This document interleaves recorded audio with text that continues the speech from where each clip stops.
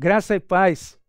Seja bem-vindo a mais uma lição da nossa Escola Bíblica Dominical.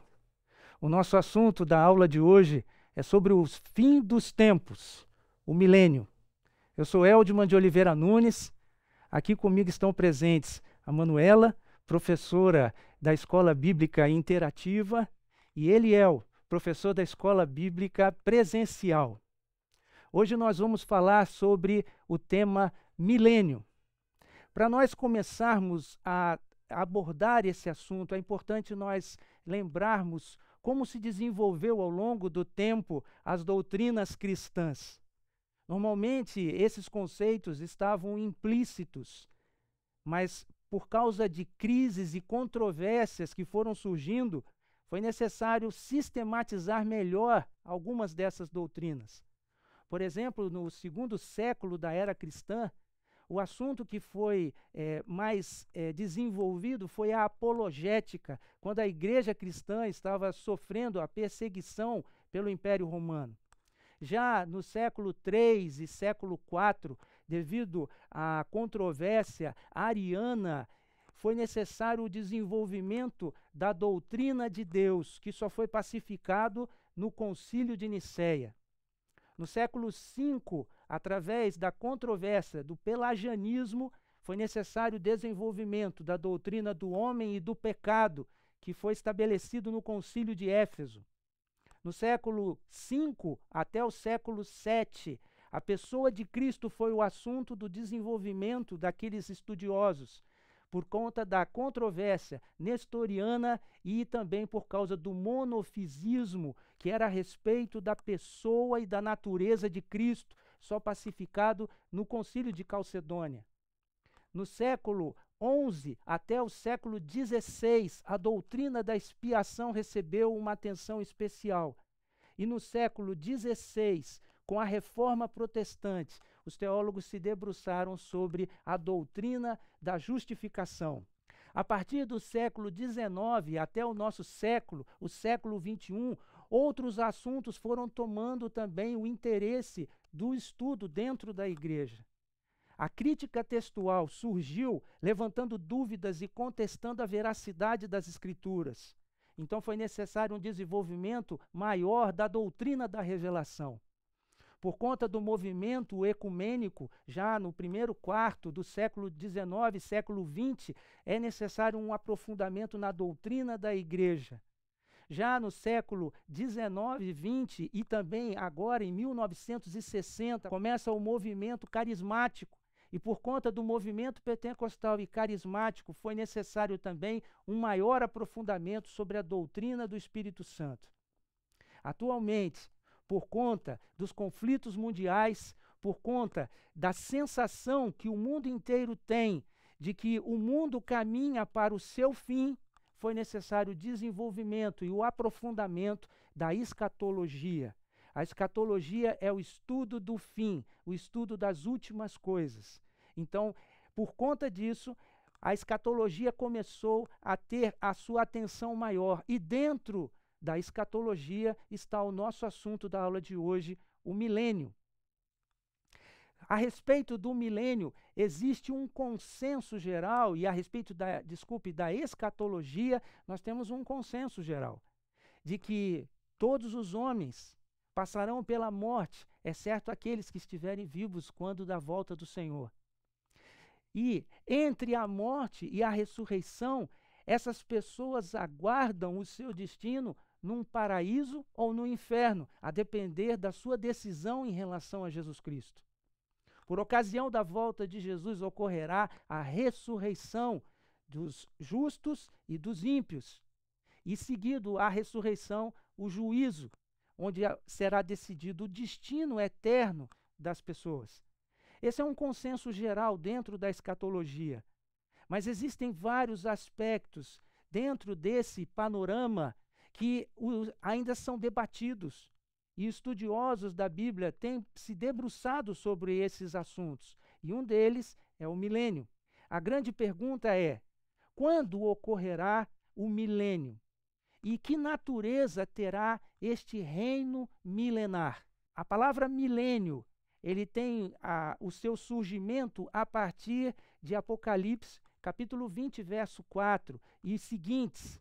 Aqui no grego koiné, nós podemos ler kai, ezezan, kai, ebasileusan, metatou, Christou, kiliaet. Esse kiliaet significa 1000, et, anos. A tradução seria, e viveram e reinaram com Cristo durante 1000 anos. Então, do termo kilia vem o quiliasmo, que seria a crença num reino milenar. E a partir de Apocalipse, então, vai ser desenvolvido a doutrina do milênio.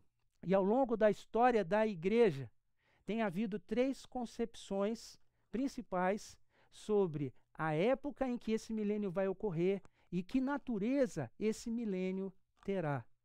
Portanto, nós vamos abordar de forma breve diferentes concepções milenistas. Essas concepções se dividem em 3 grandes correntes, chamada de pré-milenismo.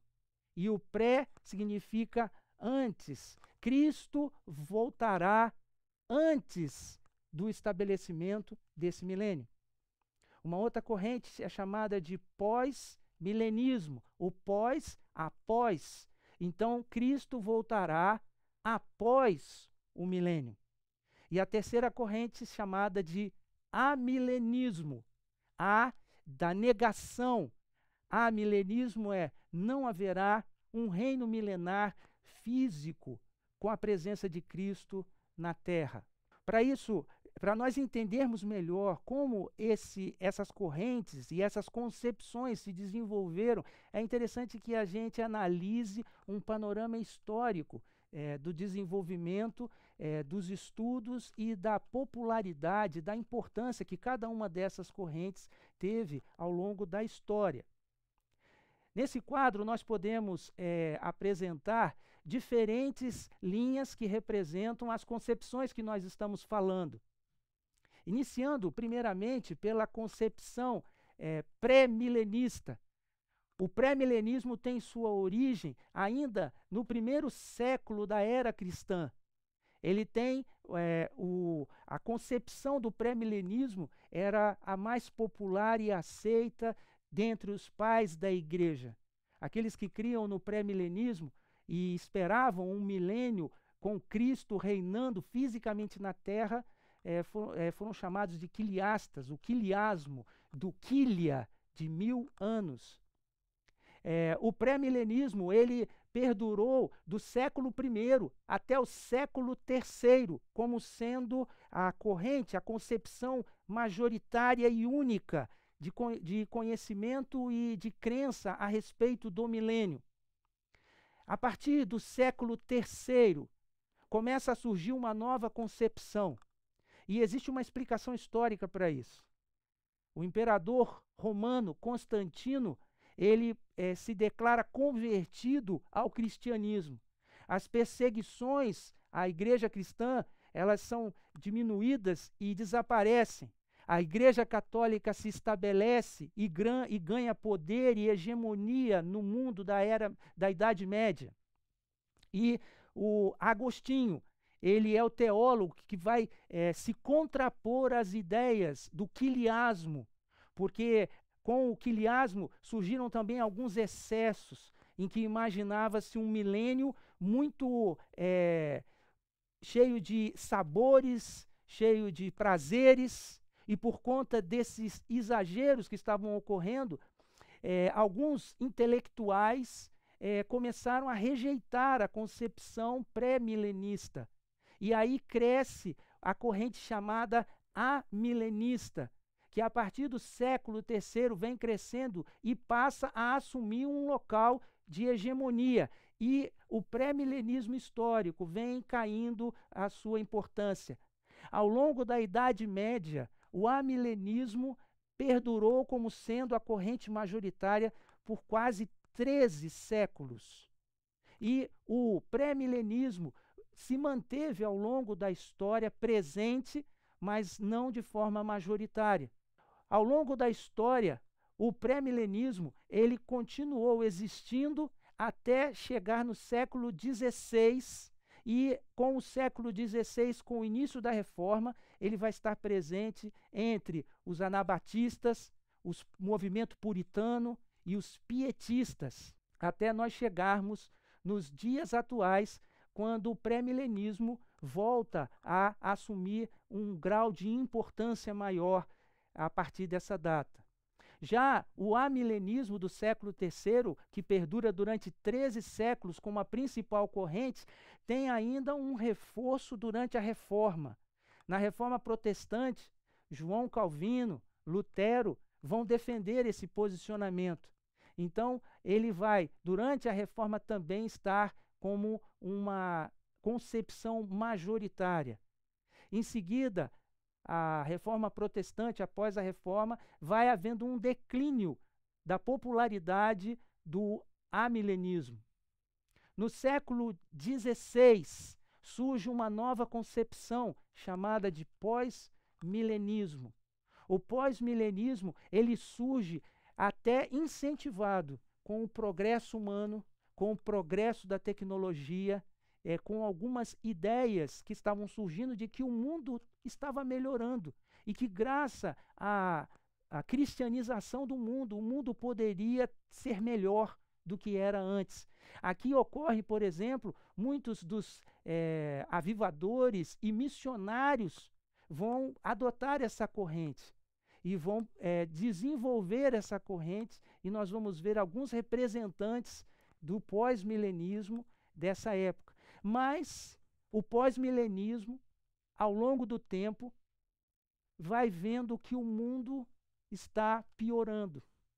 As guerras mundiais, os conflitos mundiais, aquela expectativa e aquele entusiasmo de que o homem poderia melhorar, vai perdendo a sua força, e essa corrente, ela também vai tendo um declínio acentuado, principalmente a partir do século XIX e XX. E hoje o pós-milenismo está com um reduzido número de adeptos e seguidores. Ao longo do tempo também, no século XIX, vai surgir uma nova concepção, que embora pré-milenista, ela tem grandes diferenças em relação ao pré-milenismo histórico, chamado de pré-milenismo dispensacionalista. O pré-milenismo dispensacionalista é mais do que uma visão do milênio. É todo um sistema teológico e hermenêutico de como a pessoa interpreta as doutrinas bíblicas e a história bíblica. Então é um sistema completo. Porém, dentro desse sistema, eles vão tratar do assunto do milênio. E nessa época, no século XIX, por conta do surgimento do liberalismo, que começava a fazer interpretações liberais da Escritura, e por conta do declínio do movimento ou da concepção amilenista, que tem uma interpretação muito simbólica, o pré-milenismo dispensacionalista cresce com o surgimento, junto com o movimento fundamentalista, principalmente o fundamentalismo norte-americano. E vai se associar com isso nos Estados Unidos através da concepção de Darby, que é o autor primeiro autor dessa concepção de milênio, e vai ser muito difundido por conta da Guerra Fria, da situação do mundo na expectativa de que o mundo iria se acabar, também com o uso da Bíblia de Scofield, que foi a primeira Bíblia com comentários bíblicos de rodapé, cujos comentários seguiam a linha interpretativa do dispensacionalismo. Então vai se popularizar. As pessoas, pela primeira vez, estavam tendo acesso a uma Bíblia com comentários, e essa Bíblia passou a ser usada nos institutos bíblicos, e muitos pastores foram formados em seminários e institutos bíblicos de linha dispensacionalista. Surge também a publicação de livros e também filmes na área cinematográfica que vão explorar conceitos dispensacionalistas. Tudo isso servirá para um crescimento da popularidade do dispensacionalismo e hoje, a partir do século... tem o seu auge no século XX e hoje, no século XXI, ainda é a concepção mais conhecida, mais popular, porém também já em um certo declínio com relação aos teólogos que estão estudando. Professor Eldmar, o que é interessante é o seguinte, que essas correntes elas vêm acompanhando o movimento da história, né? A cada momento a igreja precisa se posicionar, né, diante dos fatos históricos. Mas só agora, ali no seu gráfico, né, que a gente vê as 4 correntes ali paralelas, né? E isso mostra que nós precisamos ter muita maturidade e humildade, porque tem pontos aí que são fundamentais, que não são discutidos, né? De fato, Jesus virá, né? Mas ali há 4 posicionamentos diferentes dentro da própria igreja, né? Exato, e a gente percebe que existem concepções que são muito antigas, têm 20 séculos de existência, essas concepções. Tem concepções que são do século XVI para cá, e são frutos também de um momento histórico, a Reforma Protestante, um momento histórico das missões mundiais, que motivam o surgimento e a discussão desse assunto.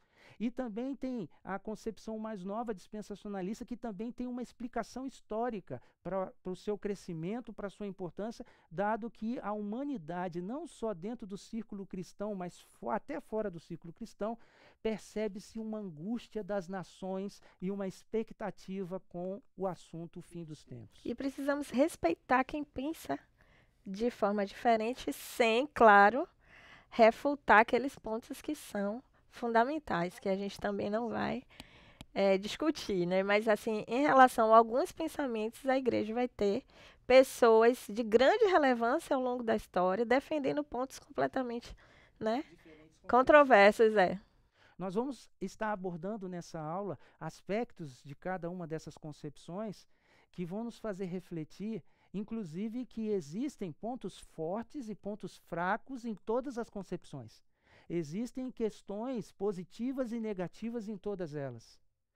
Um dos exercícios nossos como cristãos e estudar a Bíblia, conhecer esses pontos e, pessoalmente, seguirmos aquilo que o Espírito Santo nos convence de que é a verdade. E para isso nós precisamos e estamos aqui, né, para estudar as Escrituras. Apenas para termos uma ideia da relevância dessas concepções, nós podemos ver alguns representantes que são gigantes na história, pensadores intelectuais que defenderam essas correntes. Por exemplo, o pré-milenismo histórico envolve vários pais da igreja. Papias foi chamado pela tradição como discípulo do apóstolo João, no século I e no século II. Justino, Irineu, Tertuliano, Cipriano, são todos dessa época e são todos pré-milenistas históricos. Mas a partir do século XVIII e século XIX, nós temos grandes avivalistas como Charles Wesley e C.H. Spurgeon, que defenderam esse posicionamento. Mais recentemente, nós temos George Led, no século XX, Russell Shedd, no século XX e XXI, até 2016, Russell Shedd, Wayne Grudem, que também é um teólogo pensador que defende o pré-milenismo histórico. O amilenismo teve como seu primeiro representante Agostinho, teólogo da Idade Média. Depois, na Reforma Protestante, nós temos Martim Lutero e João Calvino como defensores dessa linha. Mais recentemente, no século XIX ao XXI, nós temos Louis Berkhof, Martin Lloyd Jones, John Stott, são defensores do amilenismo. O pós-milenismo, por exemplo, nós temos 2 grandes avivalistas, o avivalista Jonathan Edwards, no século XVIII, e o missionário da Índia, que evangelizou praticamente toda a Índia, William Carey, que dedicou a sua vida inteira lá na Índia como missionário para levar o evangelho àquele país. E o pré-milenismo dispensacionalista tem como o início da sua concepção com John Darby no século XIX, a Scofield, com a Bíblia de Scofield, e mais recentemente Tim LaHaye, que também é autor de livros e filmes. Nós vamos abordar alguns conceitos milenistas. Nós não temos tempo suficiente para abordar de forma detalhada, analisando os versículos, como deve ser feito. Para que a gente possa estudar com profundidade esses conceitos, é necessário que a gente realmente seja honesto, sincero e isento com todas essas concepções, analisando os versículos bíblicos que são usados por cada uma delas. Infelizmente, nós não temos tempo suficiente nessa lição para adentrarmos profundamente nesses assuntos. Portanto, nós vamos dar uma visão panorâmica do que cada uma dessas concepções defende. Iniciando pelo pré-milenismo histórico. O pré-milenismo histórico acredita que a primeira vinda de Jesus, seu ministério, morte e ressurreição, estabelece o período da graça, o período em que Cristo ele inaugura o seu reino na terra. Mas esse reino ele já ainda não. Ele está inaugurado, mas ele não está consumado. Então nós temos o período da graça. Esse período da graça é um período de duração incerta. Ninguém sabe até quando vai durar o período da graça. Mas as Escrituras afirmam que no fim dos tempos seriam tempos difíceis. Haveria o surgimento de 2 sinais, a apostasia e o iníquo, o anticristo. Esses são sinais de um novo período chamado Grande Tribulação. Durante a Grande Tribulação, o mundo vai sofrer um período de aflição e angústia. E a igreja, presente neste período, na terra, sofrerá e será perseguida pelo anticristo. Somente ao final da Grande Tribulação é que ocorre a segunda vinda de Jesus. E nesse evento, na segunda vinda de Jesus, ocorre a primeira ressurreição, a ressurreição dos justos, aqueles que morreram na tribulação e ao longo de toda a história. E nesse momento ocorre o arrebatamento. Os justos que estão mortos, eles vão ressuscitar, e os que estiverem vivos serão arrebatados para se encontrar com Jesus nos ares. E ao se encontrar com Jesus nos ares, Jesus desce com a sua igreja e estabelece o reino milenar, um reino físico, com a presença do rei aqui na terra. E esse milênio físico, que pode, esse tempo de duração de 1000 anos, a concepção pré-milenista e as demais, não colocam como um tempo literal que tem que ser obrigatório de 1000 anos, mas um longo tempo, ou um significado simbólico para 1000 como perfeição, um tempo, a duração perfeita. Após esse milênio, ocorre de Satanás, que tinha sido preso no início do milênio, é solto, e ele sai a enganar as nações, e ele seduz as nações, e essas nações se dirigem para destruir a igreja, a Jerusalém, a cidade santa, mas cai fogo do céu e consome a todos esses rebeldes, e Satanás é finalmente destruído ou jogado no lago de fogo, e ocorre a segunda ressurreição, a ressurreição dos ímpios. Essa ressurreição dos ímpios só ocorre ao final do milênio, e essa é uma ressurreição para condenação, para juízo. Então haverá o juízo, a destruição dos céus e terra como conhecemos, e Deus fará um novo céu e uma nova terra, e haverá o início então da eternidade. Essa é, de maneira geral, a concepção pré-milenista, histórica. O amilenismo, ele não crê num reino milenar com a presença física de Jesus na terra. Ele acredita que, com a primeira vinda de Cristo, Jesus inaugura o reino de Deus.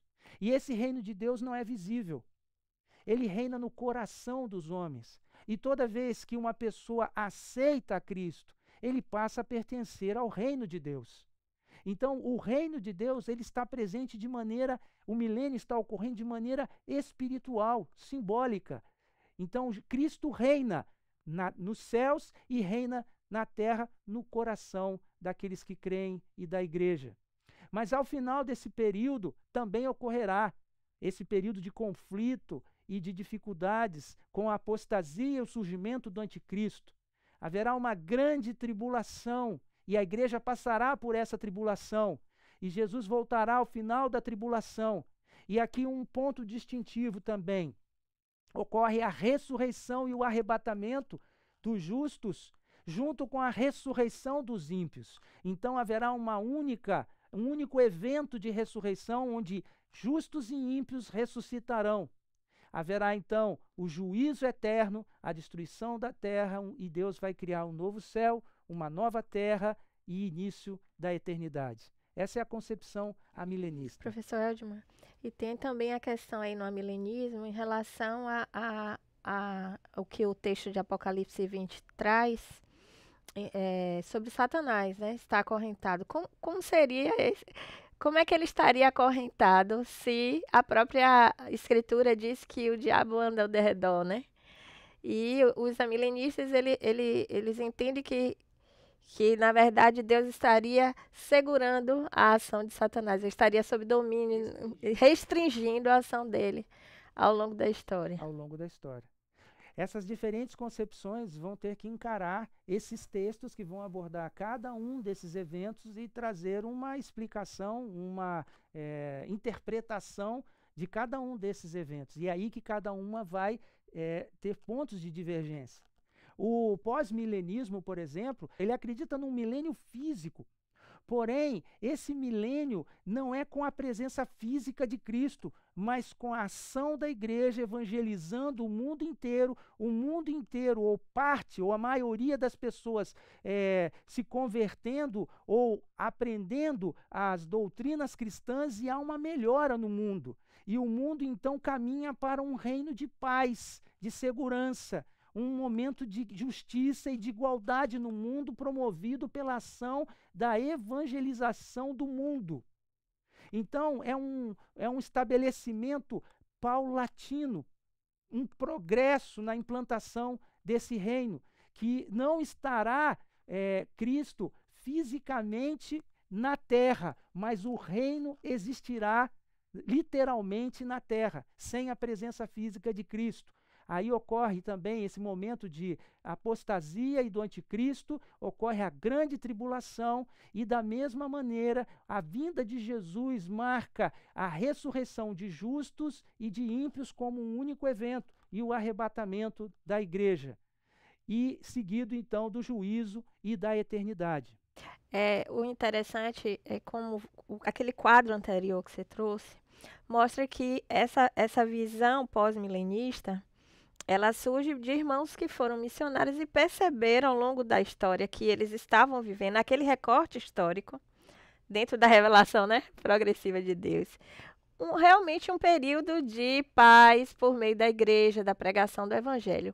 Mas se esses irmãos talvez estivessem vivendo este momento, né, em que a própria criação, nós estamos vendo agora as queimadas, né? A própria criação gemendo, como está em Romanos 8, né? Como em dores de parto, a gente já não sabe se eles teriam essa mesma concepção, né? Então, essa dinâmica é que a gente precisa sempre estar percebendo. Nós vamos ver que existem diferentes, vamos dizer assim, ânimo. Tem um ânimo diferente cada uma dessas concepções. E isso provavelmente estava presente nos grandes missionários durante o período das missões mundiais, em que eles estavam entusiasmados com a possibilidade do evangelho ser pregado a todo mundo e haver uma transformação da sociedade. E acredito até que nesse gráfico que nós vimos há poucos, ele mostra os momentos e talvez hoje nós estamos vendo um crescimento muito grande do pré-milenismo, mas de repente, daqui a mais 500 anos já esteja totalmente diferente. Totalmente diferente. Assim como uma concepção foi popular no passado e pode não ser tanto hoje e voltou a ser popular, esse movimento pode ocorrer. Se Cristo não voltar em breve aqui nos nossos dias e, por exemplo, levasse mais alguns anos ou muitos anos para que Jesus voltasse, a situação poderia ser diferente. Por isso, não deve ser a popularidade o critério hermenêutico da nossa interpretação. O pré-milenismo dispensacionalista é a última concepção, que é uma forma de pré-milenismo, porque acredita no milênio físico de Cristo na Terra. Porém, o pré-milenismo dispensacionalista acredita em 7 dispensações distintas, da qual o milênio é uma delas. Eles acreditam que vai haver o período da graça, mas junto com o período da graça, que é o tratamento de Deus com a igreja, Deus tem um tratamento especial com o povo de Israel étnico, a nação de Israel, que está numa dispersão e será feito o ajuntamento de Israel futuro. Ocorrerá, então, a volta secreta de Jesus. Jesus vem de forma inopinada, não perceptível pelo mundo, e ocorre a ressurreição dos justos e o arrebatamento daqueles que estiverem fiéis. E aí ocorre a grande tribulação. Aqui na grande tribulação, a ênfase recai toda sobre o povo de Israel, que deveria então sofrer uma conversão, e o povo de Israel é como se recebesse o bastão da igreja, porque a igreja não está mais presente. E agora Israel assume a preponderância da história e Deus restabelece Israel na sua posição de honra.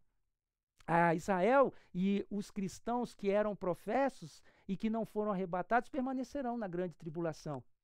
E ao término da grande tribulação ocorreria a volta pública de Jesus, todo olho veria. E só nesse momento, então, vai ocorrer o arrebatamento e a ressurreição dos justos que morreram somente aqui, durante a grande tribulação. E aí inicia o milênio físico. Esse milênio físico tem um tom bastante judaico. Ele é o reino de Israel restaurado e o cumprimento de profecias do Velho Testamento que foram feitas exclusivamente a Israel, segundo os dispensacionalistas. E ocorre então esse milênio com a presença física de Cristo, em que Satanás está preso, amarrado, totalmente sem condição de oferecer nenhum tipo de resistência. Ao término do milênio, Satanás é solto e ele sai a enganar as nações. E finalmente ele é aniquilado e ocorre a ressurreição dos ímpios, somente ao término do milênio, e vem o juízo e a eternidade. Esse é um panorama geral. Dentro desse panorama e de todas as concepções, existem muitas informações que, devido à brevidade do tempo, não seria possível nós abordarmos nessa aula. Mas eu queria destacar um quadro comparativo, para que a gente pudesse falar um pouco sobre as diferenças que existem entre essas concepções.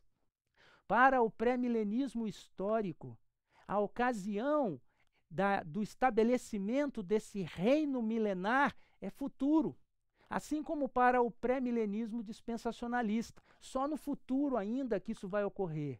Para o pós-milenismo, ele é uma mistura de já está ocorrendo e é futuro porque é um progresso, o reino está sendo implantado progressivamente no mundo. Para o amilenismo, ele é presente, porque Cristo já inaugurou o reino de Deus no coração dos homens. Com relação ao estabelecimento desse reino, para o pré-milenismo histórico e dispensacionalista, o estabelecimento do reino é um evento cataclísmico. Jesus chega e acaba-se toda essa situação do mundo atual. É a volta de Cristo. Então, ele é implantado de forma traumática no mundo, cataclísmica. Já para o pós-milenismo, não. Ele é algo progressivo. ele é algo que vai crescendo, como fermento na massa, vai levedando toda a massa, e o reino de Deus é como uma pequena semente que vai crescendo, crescendo e se torna uma árvore frondosa, onde as aves repousam sobre essa árvore. Então essa é a crença pós-milenista. Já o amilenismo, ele acredita que o estabelecimento do reino é no coração de cada um. A natureza desse reino para o pré-milenista histórico é literal. A interpretação de Apocalipse tem que ser feita literalmente, e o reino é terreno, assim como para o pré-milenista dispensacionalista. Já o pós-milenismo acredita que o estabelecimento do reino ele é literal, porém feito pela igreja, não pelo rei, que vai vir de forma cataclísmica. E o amilenismo ele interpreta de maneira simbólica. As passagens bíblicas têm uma exegese mais simbólica, porque ela ocorre de maneira não literal. O propósito do reino para o pré-milenista histórico é um propósito de estabelecimento da supremacia de Cristo. Para o dispensacionalista, não. É a restauração de Israel e o cumprimento das profecias do Velho Testamento. Observe que há uma grande distinção. Para o pós-milenista, é a cristianização do mundo, a evangelização do mundo. E para o amilenismo, o propósito de um estabelecimento de um reino físico, literal, com Cristo na terra é dispensável. Ele não vê uma necessidade disso acontecer. A disposição de um pré-milenista histórico, de um pré-milenista dispensacionalista ou de um amilenista é um pessimismo. O mundo não vai melhorar. O mundo vai piorar, as condições do mundo vão piorar. A Bíblia afirma que nos últimos tempos serão tempos difíceis, os homens serão amantes de si mesmos, arrogantes, detratores, desobedientes aos pais. Então o mundo só tende a piorar. É uma visão mais pessimista, enquanto o pós-milenismo, não, ele tem uma visão otimista. Nós temos que pregar o evangelho. O evangelho transforma a pessoa. A doutrina pode trazer uma regeneração na sua vida. A pessoa pode ser restabelecida e melhorar de vida. Casamentos podem ser salvos. Famílias que estavam destruídas podem ser recuperadas. Então a visão do pós-milenismo é uma visão mais otimista a respeito do fim. A respeito do período de paz e justiça, para o pré-milenismo é absoluto. Jesus reina. E há paz absoluta. E essa paz ela foi colocada de forma sobrenatural por Cristo, enquanto que o pós-milenismo não. Essa paz é uma paz relativa, fruto do crescimento espiritual das pessoas que se converteram. Já para o amilenismo, ele não pensa num período de paz e justiça. O mundo seguirá sendo o mundo como é, e as coisas não são boas e as pessoas não vão melhorar.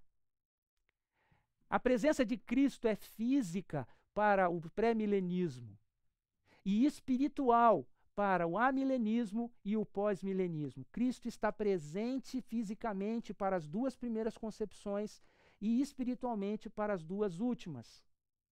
As profecias, ou melhor, Israel e a igreja, é visto pelo pré-milenismo histórico como sendo Israel espiritual, é a união do Israel étnico que se converte a Cristo. E a igreja une gentios e judeus. Não há separação mais. Jesus derrubou o muro de separação que havia entre eles. Só existe a igreja. A igreja não é um parêntese. A igreja é o plano eterno de Deus. Essa é a visão pré-milenista histórica, diferente do dispensacionalismo, que ele vê uma distinção entre Israel e a igreja. São povos distintos, há promessas distintas, há uma dispensação, um lidar diferente com Israel e com a igreja. Já para o pós-milenismo e o amilenismo, eles se identificam com o pré-milenismo histórico. As profecias do Velho Testamento a respeito de Israel, para o pré-milenista histórico, se cumprem na igreja, e se cumprirá também no milênio. Para o pré-milenismo dispensacionalista, tem que se cumprir em Israel. As profecias do Velho Testamento precisam ser interpretadas literalmente. Se falou que aquela profecia era para o povo de Israel, dos filhos de Abraão e de Jacó tem que se cumprir então com eles, e não com o Israel espiritual. Já o pós-milenismo e o amilenismo acreditam que essas profecias elas devem ser interpretadas de maneira mais simbólica e devem alcançar a igreja atual e a eternidade. As promessas feitas ao povo de Israel no passado são transferidas para o Israel espiritual de Deus e se cumprem ao longo da história. A hermenêutica bíblica de um pré-milenista histórico é mais literal. De um dispensacionalista, eles trabalham literalmente, mas eles também usam muito a interpretação hermenêutica tipológica. E a interpretação tipológica, ele dá uma liberdade maior como uma analogia. O pós-milenismo tem uma interpretação simbólica e o amilenismo também. Ou seja, a hermenêutica, dentro de cada uma dessas correntes, sofrem variações na maneira como alguns textos são interpretados. Por isso é importante nós conhecermos como cada um está fazendo o seu estudo das Escrituras. A interpretação do Apocalipse é futurista e preterista para o pré-milenismo histórico, ou seja, os eventos do Apocalipse aconteceram, se cumpriram na época de João e se cumprirão no futuro. Para o pré-milenista dispensacionalista, basicamente todo o Apocalipse está falando de um assunto futuro. Para o pós-milenismo, ele está falando de uma interpretação simbólica. As imagens do Apocalipse devem ser interpretadas de maneira figurada, porque é um livro apocalíptico, diferente. Deve ser tratado de forma simbólica, assim como o amilenista. A tribulação é outro aspecto distintivo. Para o pré-milenismo histórico, para o pós-milenismo e para o amilenismo, Jesus somente voltará após a grande tribulação. Portanto, a igreja passará pela tribulação. Já os pré-milenistas dispensacionalistas são pré-tribulacionistas. Jesus volta antes da grande tribulação, arrebata a sua igreja que não passará pela tribulação. Então, é um outro ponto distintivo do dispensacionalismo. As diferentes ressurreições. Para o pré-milenista histórico ou dispensacionalista, a diferença das ressurreições está nos participantes. Quem participa da primeira ressurreição são os justos. Quem participa da segunda ressurreição são os ímpios. Bem-aventurados aqueles que têm parte na primeira ressurreição, porque a morte não terá efeito sobre eles, a segunda morte não os alcançará. Isso é Apocalipse. Eles entendem que a diferença está nos participantes. Já os pós-milenistas e amilenistas acreditam que a diferença das ressurreições está na natureza da ressurreição. A primeira ressurreição é uma ressurreição espiritual, é a conversão da pessoa. A segunda ressurreição é uma ressurreição física. Todos ressuscitarão, ímpios e justos ressuscitarão no final, junto, num evento único. E como grupos representantes dessas correntes e concepções, os batistas aparecem como pré-milenistas históricos e pré-milenista dispensacionalista, junto com pentecostais, em sua maioria. O pós-milenismo encontra guarida e o amilenismo nos reformados, na igreja presbiteriana, anglicana, luterana e demais igrejas reformadas. Então esse é um quadro geral cujos temas e assuntos necessitariam um aprofundamento bíblico para se esclarecer. Mas o que diz a declaração de fé batista? É nesse ponto que eu gostaria de fazer um comentário para a gente ter um entendimento, porque talvez muita gente está vendo essas colunas, num determinado momento diz, eu sou pré-milenista, não, eu sou amilenista, e termina criando essa dúvida. É algo que tem que saber que é consenso nosso enquanto batista. Cristo vai voltar. Cremos nisso. Lembro-me que na minha infância, as pessoas diziam, olha, tá vendo isso aí? É sinais dos fins dos tempos, o mundo está se acabando. E já estou chegando aos 60 anos e continuo ouvindo. E talvez chegue aos meus 80 ou ultrapasse ouvindo isso. Mas o que precisamos é estar preparados para que na volta de Cristo nós sejamos encontrados como servos bons e fiéis. Vigiando. Vigiar E orar. Esse acho que é o ponto principal dessa grande E lição. que ele nos guardará em perfeita paz, né? Mesmo na tribulação, né? E o que diz a declaração de fé batista, no seu inciso 7º? O reino de Deus é o domínio soberano e universal de Deus e é eterno. Então, esse primeiro ponto fala do reino de Deus universal. É também um domínio de Deus no coração dos homens, que voluntariamente a ele se submetem pela fé, aceitando-o como Senhor e Rei. Então, a partir dessa segunda frase, nós temos o reino de Deus dominando, existindo no coração dos homens. Porque Jesus mesmo disse: o meu reino não é deste mundo. Né? Ele não vai ser estabelecido de forma visível. É assim o reino invisível nos corações regenerados, que opera no mundo e se manifesta pelo testemunho dos seus súditos. Diz: a consumação do reino ocorrerá com a volta de Jesus Cristo, em data que só Deus conhece, quando o mal será completamente vencido e surgirão o novo céu e a nova terra para a eterna habitação dos remidos com Deus. Esse ponto é bem interessante, porque nós vimos ao longo da história também muitas seitas surgindo, marcando essa data, né? E a declaração doutrinária, ela marca a nossa posição enquanto batistas, que nós não sabemos quando será esse retorno. Que não adianta ficar tentando calcular, porque não nos compete saber Não nos compete. os tempos e épocas que Deus tem determinado. E uma outra coisa, para a gente superar aquela meninice também, que ele fala do domínio soberano de Deus, a meninice de que quem vai amarrar Satanás somos nós, né? E aí fica, tá amarrado. A gente precisa já amadurecer enquanto crente, principalmente porque nós temos um momento muito crítico para a igreja. Então, nós precisamos amadurecer e deixar essas coisas para trás. Exatamente. Agora, observe que pela declaração de fé batista, há lugar para os amilenistas, para os pré-milenistas e para os pós-milenistas. Então, o texto não deixa um posicionamento dogmático de qual das concepções adotar. Portanto, os batistas, eles não têm uma visão única sobre o milênio, permitindo variações entre suas denominações. A declaração de fé foca na crença central da volta de Cristo em poder para julgar a humanidade, estabelecer então, na sua segunda vinda, a consumação do seu reino.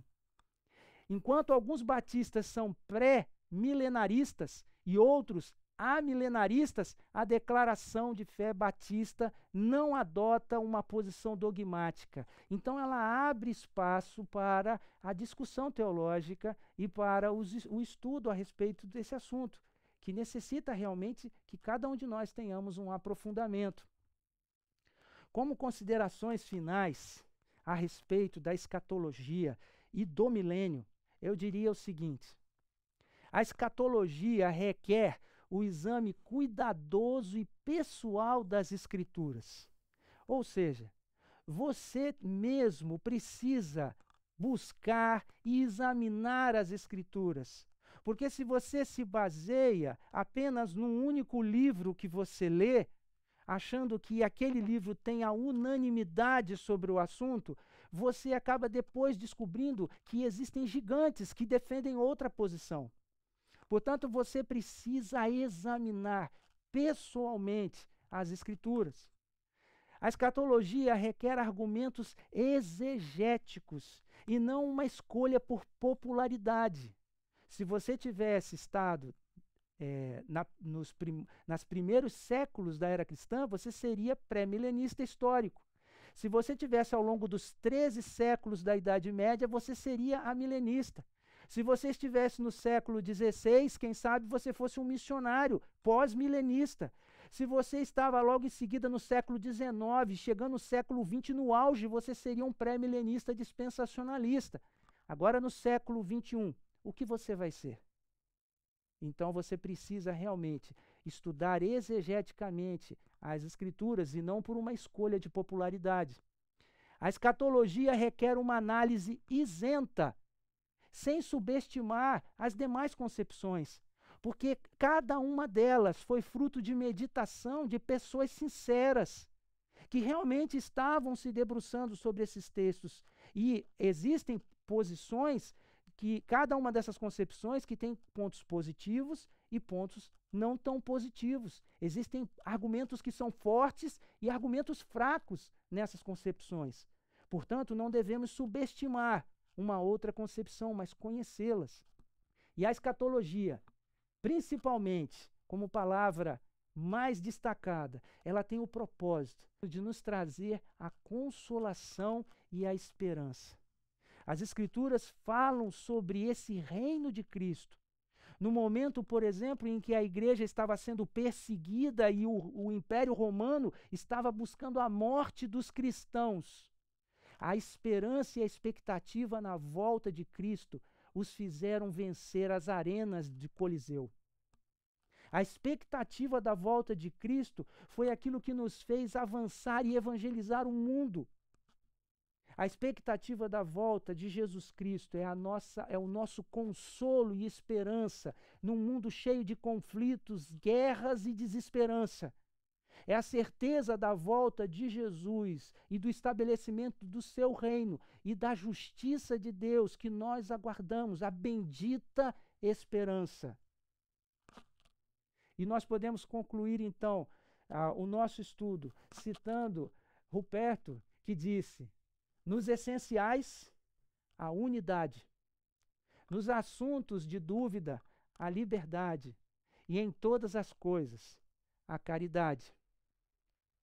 Os irmãos têm mais algum comentário a fazer?